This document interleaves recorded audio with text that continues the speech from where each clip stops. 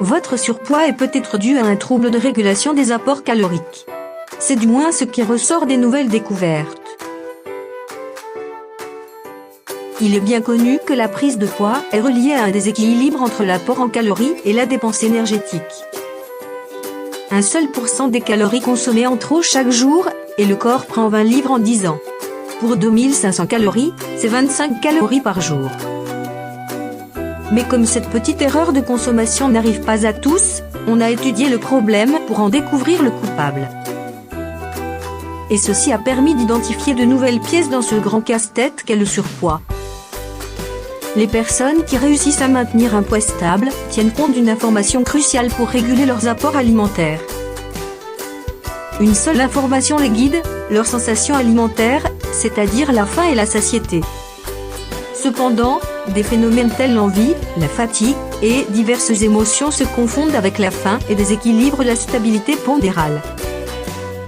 Donc ceci amène un trouble des apports caloriques, ce qui demeure maintenant une piste de choix pour contrer le déséquilibre. Pour bien comprendre, il faut regarder la régulation des apports caloriques sous différents angles. La distension gastrique joue un rôle mécanique en renseignant sur le volume d'aliments. Les nerfs informent le cerveau pour cesser de manger. On ne peut négliger le côté biologique, qui est actif via plusieurs hormones dans le corps, pour nous donner nos sensations corporelles. On a identifié la leptine comme étant l'hormone de la satiété.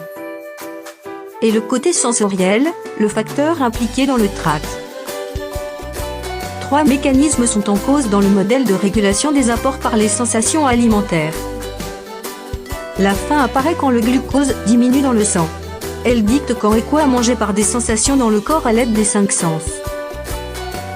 Le goût, la vue, l'odorat, le toucher et l'ouïe auront leur rôle à jouer dans le choix des aliments.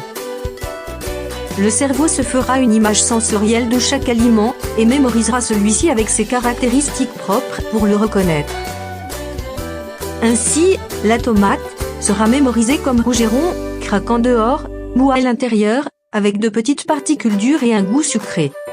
Il notera qu'elle contient de bonnes quantités de vitamines et d'antioxydants. Il utilisera ces données pour guider nos choix d'aliments.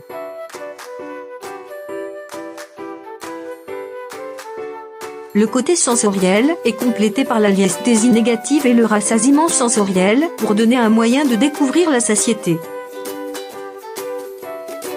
La liesthésie alimentaire négative peut être expliquée comme une diminution du plaisir de manger au cours du repas. Le plaisir disparaît. Malheureusement, il faut 20 minutes pour la ressentir, et il est souvent trop tard, car la satiété est dépassée de cette façon.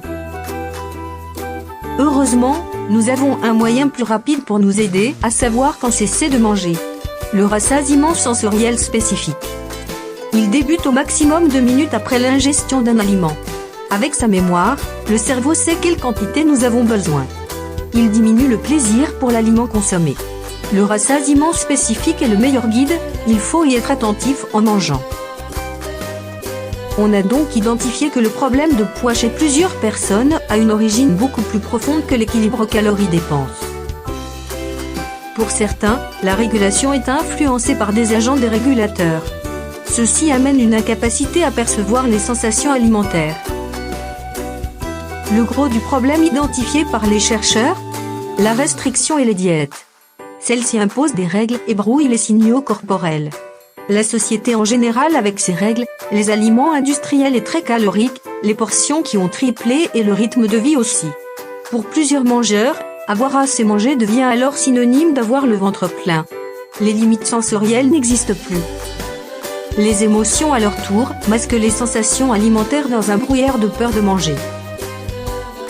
Alors, avez-vous plusieurs critères qui vous font penser que vous avez des troubles de régulation des apports caloriques? Il y a de l'espoir. La solution, l'alimentation intuitive. Apprenez à utiliser votre faim et votre satiété pour gérer sainement votre poids.